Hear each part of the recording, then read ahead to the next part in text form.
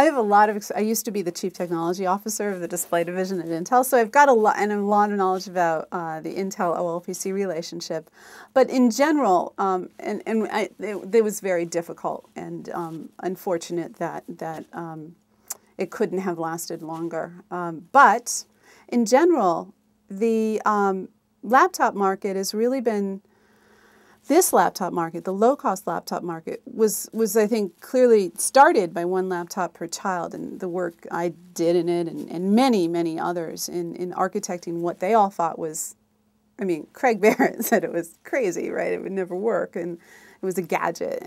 But you know, we did it, and Asus actually came in, who's a computer maker that most people have never heard of, and has shipped, you know, 6 million laptops like this little XO laptop in the last 6 months. And so that's really gotten industry to wake up. And, you know, Dell just showed their competitor to this laptop this week at a conference called D, the Wall Street Journal conference. And, you know, HP has certainly shown theirs, and you know, Intel, of course, and there are, next week there's a conference called Computex in Taiwan. It's every June in Taiwan, and there will be a coming out party for about 50 low-cost small laptops. So everybody's getting in on it. The analyst thinks it's going to be half of the laptop market very quickly by 2010,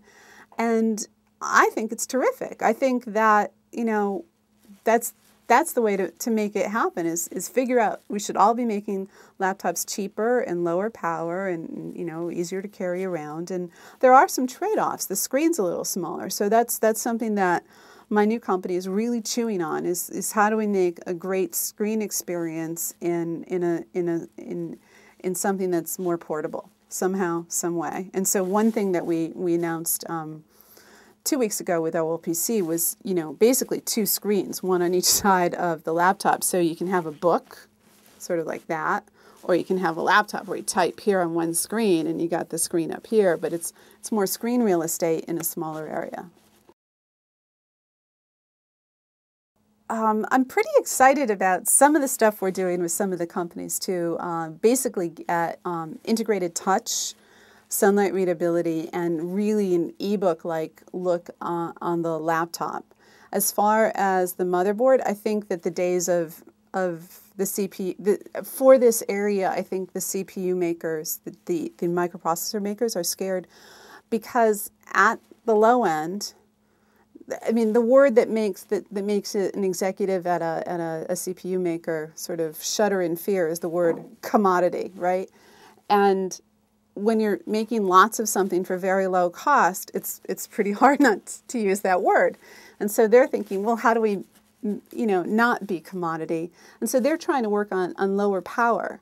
But what I contend, and what the design of the OLPC laptop shows, no matter how low power your CPU is, it's much lower power by turning the thing off, which is what the OLPC XO does. We turn off the whole motherboard in 1/10 of a second, while somebody's just pausing, looking at the screen, thinking, you know, whatever, showing a picture to somebody. And then if there's a key press event or a packet comes over the internet, it wakes up. And so that, it's sort of opposite, because the CPU makers have so dominated the, you know, this sort of march of computing and been so incredibly effective.